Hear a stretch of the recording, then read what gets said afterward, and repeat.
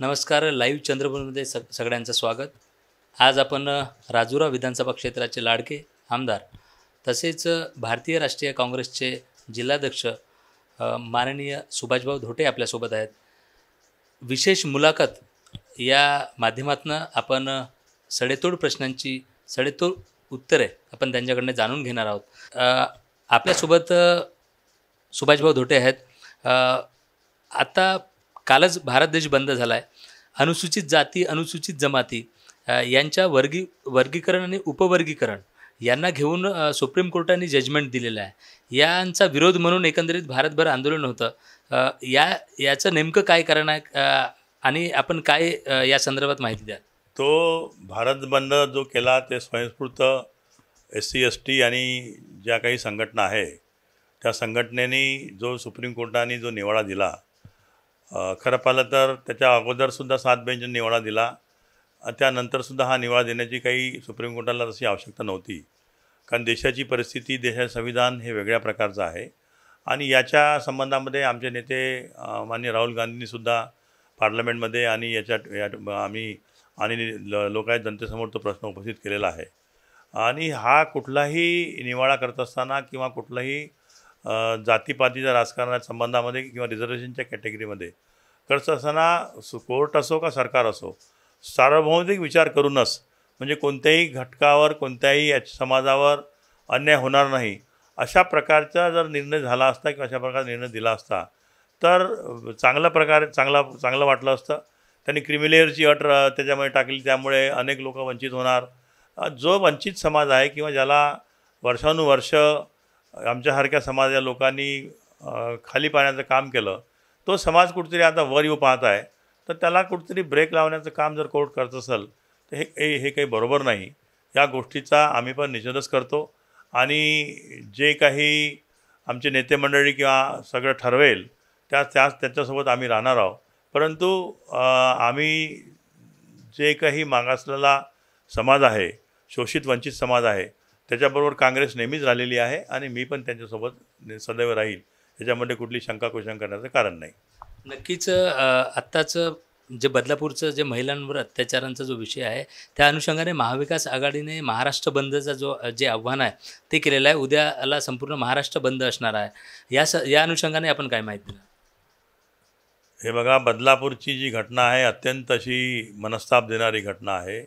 लोकांना, जनतेला म्हणजे आक्रोश कसा निर्माण होईल. 1-2 चिमुकल्या 3 वर्षाच्या 4 वर्षाच्या मुली त्या, आणि त्या मुलीवर जर एका शाळेमध्ये असा प्रकार होत असेल आणि हा प्रकार उघड झाल्यानंतर म्हणजे 3-4 दिवसानंतर 5 दिवसानंतर जेव्हा मुलींचे पालक पोलीस स्टेशनमध्ये जात असेल, पोलीस स्टेशन त्याच्यावर कुठली कारवाई करत नसेल, दवाखान्यामध्ये जात असेल, दवाखान्यातील लोक तिची वैद्यकीय चाचणी करण्यासाठी वेळ लावत असेल, तर कुठेतरी या गोष्टीची चीड जी निर्माण झाली लोकांमध्ये, आणि ते स्वयंस्फूर्त आंदोलन त्या बदलापूरला झालं. आणि राज्याचे मुख्यमंत्री म्हणतात की हे आंदोलन घडवलं गेलं. खरं पाहिलं त्यांना समजलं पाहिजे की आंदोलन जे सुमोटो आंदोलन असते ते कसं असते आणि आंदोलन घडवणारं आंदोलन कसं असते याचा विचार त्यांनी केला पाहिजे. आणि त्यांनी बोलता बोलता असं म्हटलं की 2 महिन्यामध्ये आम्ही निकाल लावला. त्यांना काही कल्पना पण नाही. ते एक राज्याचे मुख्यमंत्री आहे, त्यांनी खरं पाहिलं तर अभ्यास करून बोललं पाहिजे. परंतु त्यांनी कोणत्या ओघात बोललं, का ओघात बोललं त्याच्यावर काही मी जाणार नाही. परंतु ही जी बदलापूरची घटना आहे अत्यंत अशी क्लेशदायक घटना आहे. आज कुठलाही समाज असो, कुठलीही जाती असो, त्या शिंदे नावाच्या नराधामाला त्यांनी यापूर्वीसुद्धा 2-3 स्वतःच्या बायका सोडल्या म्हणतात.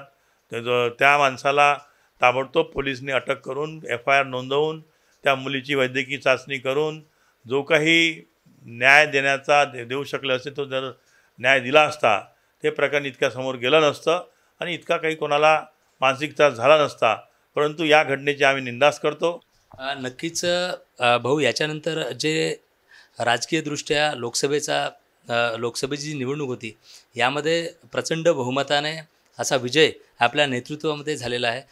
चंद्रपूर लोकसभा वनी आर्णी क्षेत्रातील प्रतिभाताई धानोरकर ह्या प्रचंड बहुमताने निवडून आलेल्या आहेत आणि याचं सगळं श्रेय आपल्याला जातं आहे. अशी चर्चा देखील समाज बांधवात परिसरात आहे. अशामध्ये लगेचच काही महिन्यानंतर म्हणजे विधानसभा क्षेत्राची निवडणूक होणार आहे. आपली तयारी नेमकी काय आहे? कोण विरोधक आपण मानतात आणि अ, कशी निवडणूक असणार आहे? कारण यापूर्वी लोकशाही विरुद्ध हुकुमशाही अशी निवडणूक संविधान वाचवण्याची होती. ती जातीच्या आधारावर असं देखील विरोधकांनी म्हटलं. पण असे एकंदरीत विषय घेता आताचं जे विधानसभाचं जे निवडणूक राहील ती कशी राहील? आताची निवडणूकसुद्धा लोकसभेसारखीच राहील. त्यामध्ये कुठलाही बदल होणार नाही.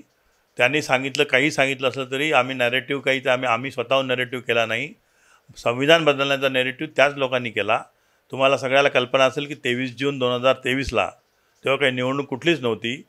BJPचे एक स्पोक्सपर्सन, BJPच्या स्टँडिंग कमिटीचे चेअरमन रेबेक ओबेरॉय त्यांनी सर्वप्रथम दिल्लीमध्ये म्हटलं की ये संविधान हमको बदलना है, ये संविधान हमको बदलना है असं म्हटल्यानंतर त्यांच्याच खासदार अनंत हेगडे असो, लल्लू सिंग असो, या लोकांनी निवडणुकीच्या पूर्वीच 400 पारच्या घोषणा केल्या.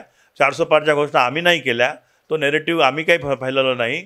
त्यामुळे आज BJPचे फडणवीस असो का आणखी कोणी असो म्हणतात की बा यांनी असे संविधान बदलण्याचा नेरेटिव्ह फैलवला आहे. आम्ही नेरेटिव्ह फैलवलं नाही. आम्ही एवढंच लोकांना सांगितलं की बा देशाचं संविधान धोक्यात आहे. बाबासाहेबांनी जे संविधान दिलेलं आहे, बाबासाहेबांनी जी लोकशाही आणलेली आहे, बाबासाहेबांनी जो फंडामेंटल राईट दिलेला आहे, जो मूलभूत अधिकार दिलेला आहे, तो अधिकार धोक्यात आणण्याचा या BJP सरकारचा प्रयत्न आहे. त्यामुळे कुठेतरी सजग राहिलं पाहिजे. त्यामुळे आम्ही ज्या प्रकारे प्रचार केला त्या प्रकारे आम्हाला प्रतिसाद मिळाला. आमची उमेदवार प्रतिभाताई धानोरकर तिने पण विचार नाही केला, आम्ही पण विचार नाही केला आणि पराभूतच केलं नाही. तर आता येणारी जी विधानसभा आहे त्या विधानसभामध्ये महाविकास आघाडीच्या या जिल्ह्यातील 6 पैकी 6 जागा निवडून येतील, यामध्ये कुठलीही शंका नाही. अनेक आव्हानं आहे, अनेक आव्हानाला आम्हाला समोर जायचं आहे आणि समोर जात असताना आता सरकारने जी लाडली बहिणं आणली, ती लाडली बहिणाचं काय होऊन राहिलं हे पण आपल्याला त्याची कल्पना आहे. लाडल्या बहिणीच्या 1500 रुपये ते तुम्ही खात्यामध्ये टाकत आहे, परंतु संजय गांधी योजनेच्या जे काही लोकांना 1500 रुपये मिळते त्या लोकांचं अनुदान तुम्ही 50% लोकांचं अनुदान बंद करून राहिलेले आहे आणि त्यामध्ये याची वाढ करून राहिलेली आहे. पीक पाहणीमध्ये सुद्धा जे सोयाबीन आणि कपाशीचा जो वाढीव दर तुम्ही देणार आहे त्याच्यामध्ये कृषी विभागाच्या याद्या वेगळ्या आणि पीक पाहणीतून याद्या वेगळ्या, त्यामध्ये तुम्ही अनेक शेतकऱ्याला डावललेले आहे. त्यामुळे तोसुद्धा मुद्दा शेतकऱ्यापाशी समोर आहे. शेतकऱ्याला तुम्ही अनेक आश्वासनं दिले, त्यानुसार पाऊस पडला त्याच्याबद्दलचा तुम्ही सांगितलं की बा आम्ही त्यांना विशेष आर्थिक मदत देऊ, जमीन खरवडली त्याची आर्थिक मदत देऊ, अतिवृष्टीमुळे नुकसान त्याची आर्थिक मदत देऊ, परंतु अजूनपर्यंत शेतकऱ्याच्या खात्यामध्ये फक्त एकदाची मदत घोषित झाली. पीक विमा नाही, पीक पाण्याचे पैसे नाही, जमीन खरडल्याचे पैसे नाही. त्यामुळे खोटं बोला पण रेटून बोला हे सरकारचं काम सुरू असल्यामुळे शेतकरी, शेतमजूर आणि संपूर्ण वर्ग नाराज आहे. तुम्ही इकडलं काढून तिकडे देऊन राहिले आहे, तिकडलं काढून इकडे देऊन राहिले आहे. जंगली जनावरांमुळे शेतपिकाचे नुकसान झाले, ते 2-2, 3-3 महिन्यापासून पैसे नाही आहे. आर्थिक सहाय्य जे मिळते लोकांच्या आत्महत्याग्रस्त लोकांना, आर्थिक सहाय्य आत्महत्याग्रस्त लोकांना ज्यांनी माझ्या विधानसभा क्षेत्रामध्ये अजूनही 20 लोकांचे पैसे मिळाले नाही आहे. जो सपोर्टिव्ह अनुदान देतो आपण 20,000 रुपये, ते अजून अनुदान मिळालं नाही आहे. रोजगार हमी जे ग्रामीण भागामधील सगळ्यात शेतमजुराला आणि शेतकऱ्यासाठी जे अत्यंत अशी गरजेची योजना आहे, त्या योजनेचे पैसे 6-6 महिन्यापासून ग्रामपंचायतीला आणि शेतकऱ्याला मिळत नाही आहे. ही फार मोठी शोकांतिका आहे. आणि इकडे सरकारनं मुख्यमंत्री म्हणते की माझी लाडकी बहिणा. कशाची लाडकी बहिणा? अहो सख्या बहिणी राखी बांधा तरच काही तुम्हाला लाडकी बहिणा पावल. या लाडकी बहिणाचा काही उपयोग होणार नाही आहे. बदलापूरसारख्या, कोल्हापूरसारख्या आणि अकोल्यासारख्या घटना जर तुमच्या राज्यामध्ये घडत असेल तर तुम्ही खरपालते राज्यकर्ते तुम्ही म्हणून नापास झालेले आहे आणि येणाऱ्या निवडणुकीमध्ये तुम्हाला जनता आपला हात दाखवल्यावर राहणार नाही, हे मी तुम्हाला याप्रसंगी सांगू इच्छितो. नक्कीच शेवटच्या प्रश्नाकडे आपण वळूया.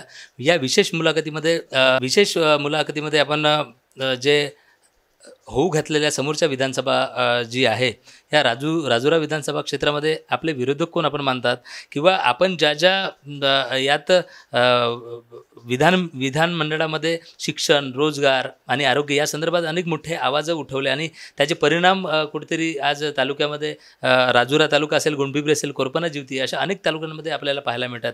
अशामध्ये जातीय समीकरण चालणार का किंवा कसे आपले विजन किंवा विरोधक काय किंवा आपली भूमिका काय असणार आहे? हे बघा, जातीय समीकरण किंवा कुठल्या समीकरणाचा विषयच नाही. आम्ही आमच्या कामाच्या नावावर वोट मागतो. तुम्हाला कल्पना असेल की मागील 20 वर्षापासून या निवडणूक आयोगाने आपल्या देशामध्ये हरियाणाबरोबर आपली निवडणूक घेतली आणि आता म्हणतात की महाराष्ट्रामध्ये पाऊस आहे, सण आहे. मला आपल्या मार्फतीने निवडणूक आयोगाला विचारायचं आहे की दसरा आता आला का, पोळा आत्ता आला का, गणेश चतुर्थी यावर्षी आली का, पाऊस यावर्षी आला का? हे नेहमीच असं आहे. ते नेहमी असतानासुद्धा तुम्ही ऑक्टोबरमध्ये निवडणूक घेतली. तुम्ही कुठेतरी आम्हाला महाविकास आघाडीला घाबरलेले असल्यामुळे ही तुम्ही निवडणूक पुढं वाढवली आणि तुम्ही जितकी निवडणूक पुढं वाढवाल तितकी आम्ही मजबूत होऊ आणि तुम्हाला जोरानं पाडण्याचा प्रयत्न करू.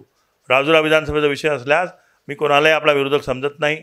माझं काम, माझं जे काही मी या 5 वर्षामध्ये लोकांसमोर गेलेलो आहो, विधानसभेमध्ये प्रश्न उपस्थित केलेले आहे.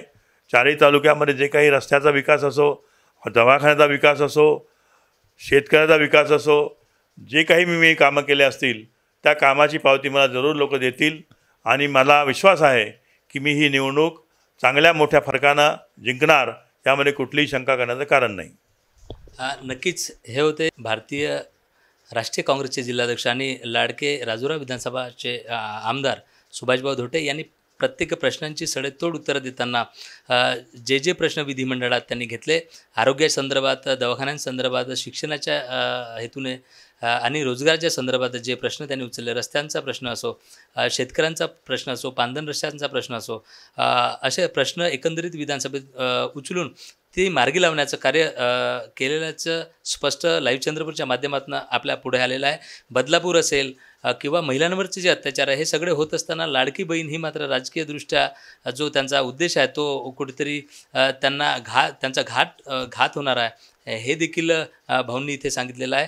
त्याचप्रमाणे राजुरा विधानसभा क्षेत्रामध्ये माझा कोणीही विरोधक नाही, कारण भाऊंची ओळख ही परखड मानली जाते आणि स्पष्ट एखादी काम असलं कार्यकर्त्यांकडनं समाज माध्यमातून बोललं जाते की भाऊंकडे कार्यकर्ते गेल्यानंतर भाऊंचं जे काम आहे झाल्याच हो म्हणतात किंवा होणार नसेल त्याला नाही म्हणतात.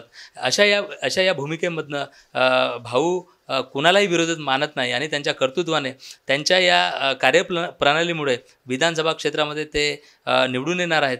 लोकसभेच्या जो विजय होता तो विजय असाच अविरत या विधानसभेत सुद्धा टिकणार आहे असं देखील आश्वासन, असं देखील आत्मविश्वास या लाईव्ह चंद्रपूरच्या माध्यमातून, या विशेष मुलाखतीच्या माध्यमातून आपल्याला भाऊंच्या तोंडून पाहायला मिळालेला आहे. आपण अशीच भेट या संपूर्ण विधानसभा निवडणुकीच्या दरम्यान भाऊंची भेट घेणार आहोत आणि आपण असेच भेटत राहू. मी नितेश जोंगरे, लाईव्ह चंद्रपूर.